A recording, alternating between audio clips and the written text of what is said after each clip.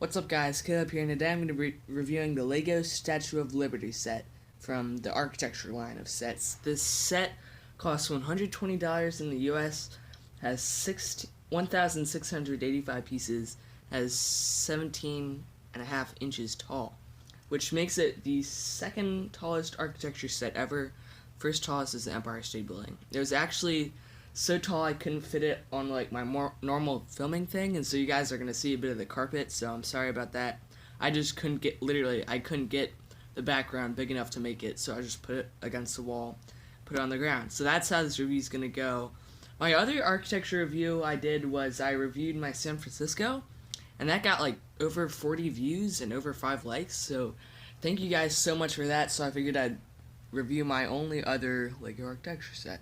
Come in this beautiful black color again, has information and quotes about the actual Statue of Liberty inside, and that all looks very beautiful. Excuse me for the bad lighting, it's really bad, kind of bright, but once again, love that like black background for when you're building. And on the back, this looks incredible. I love how they did the half design, half actual set. Again, has all the pieces, and then it has like other models of the other sets that you can actually buy, which is kind of cool.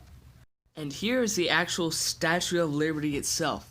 And I gotta say, if I could describe it in one word, it would be stunning. This set is massive. It's almost 1.5 feet tall.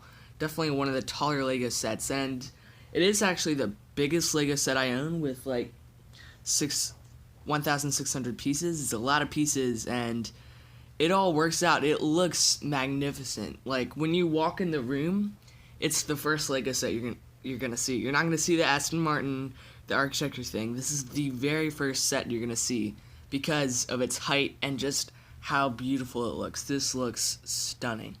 The bottom has the beautiful Statue of Liberty exclusive tile with the black tiles running all around the bottom, the actual base of it. I mean, half of the build is pretty much the base, so I'll show you that first. It has these really cool looking like bricks along the outside of it.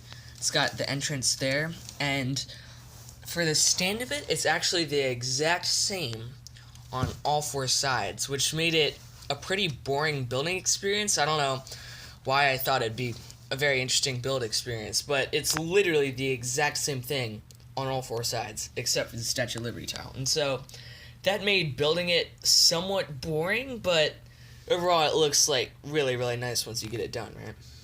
It's got these like tile pieces that usually go on the bottom of like boats and stuff to make it really smooth, and they did a really cool technique where they put it like in like that, and it ends up looking really cool. You've got these like pyramid pieces, and you've got like this really nice brickwork that had like 96 of these little cylinders that makes up this whole thing, and actually is on all 4 sides. And that is my favorite part of the stand. It was such a pain to build because you just had to go da da da da da da da da like a ton of times for all 4 sides, and it was quite a pain to build. But at the end, it looks like so beautiful. It's got this little ledge that runs along it too. It's got the grill pieces that go along it, and each one you also get like a little entrance with the gray ones, which is kind of cool. So I do really like how that looks.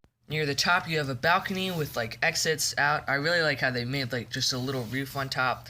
That looks really cool. It's also got, I noticed that when I was comparing pictures of the LEGO one to the real one, this only has 5 of these bumps along the edge, but the real one has 6, and I don't know, it was a little bit disappointing. I wish they could have like made 6, but it's not anything anybody's gonna notice, right? Like, unless you're like some massive Statue of Liberty fan, you're not really gonna notice, right? Like, I didn't even notice until I compared pictures, and it's really not that big of a deal. You have some nice tiling along the bottom of it. At the bottom of it, we actually have these like sand green colored handcuffs, which is supposed to represent like the broken chains at her feet, and these are exclusive. You can't get them anywhere else in like a sand green color.